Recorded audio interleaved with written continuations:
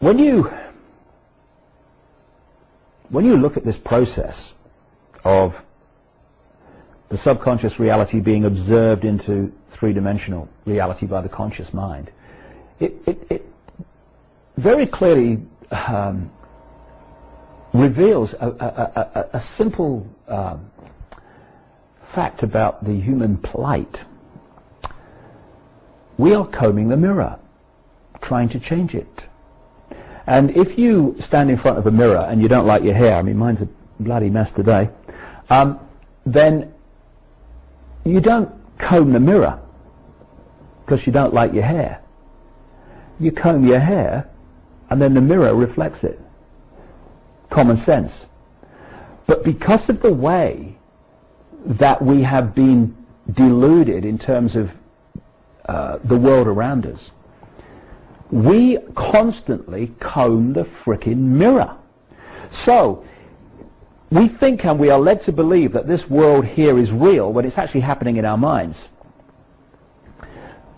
So we don't like what's going on out here. We want to change it. We don't like what's happening in our lives personally. We don't like what's happening collectively in the world. We want to change it. So because we think this is real, where do we go to change it? We go out here. We want to change the world. We've got to do something out here. We've got to war with this person, some people might think, or we've got to have new legislation and change out here. What that does is comb the mirror. And as a result, nothing changes. Because you can comb the mirror all you like, your hair will never change. And the Illuminati are constantly trying to kid us that if we want to bring about change, it has to be out here that change takes place. This is a mirror, it is a reflection. This can only change when what is reflecting it, what is creating it, our inner sense of reality, collective and individual, changes. So if we want to change our lives, we have to change ourselves. If we change our sense of reality, then our holographic representation of that, our daily experience, will change, but only if we change that sense of reality. And we have got caught in this trap whereby we create our reality without knowing it. We experience the reality thinking we are not creating it. And if we don't like it, we try to change the reflection of the reality instead of what is actually creating it. So we're going round and round and round and getting absolutely by nowhere, and this is what the trap is. It's like running round in a cage on one of those kind of wheel things that mice run on.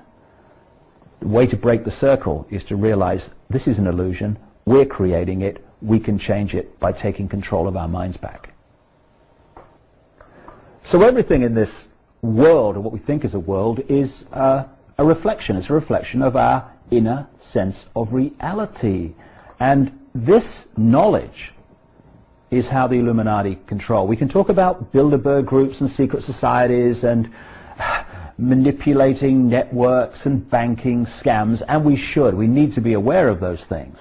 But the bottom line of all of it that makes it all possible is the Illuminati's manipulation of humanity's imagination of itself. Once they got control of that, they know that we will manifest through this process of creating these holographic illusions, we will manifest the world that suits them.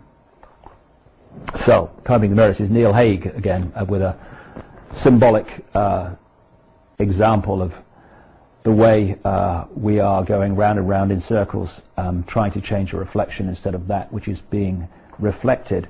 So this is why when we have certain fears, we tend to draw them to us.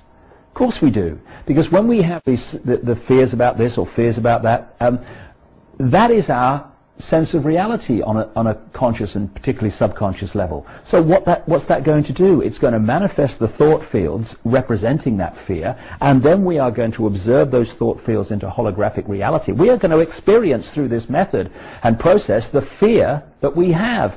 You know, how many people say, you know how I'm frightened of so-and-so, you know, you'll never guess. You've experienced it. Oh yeah, of course you have. So we are drawing to us all the things that are in our subconscious reality, including what we fear, manifestly what we fear, because it's so powerful.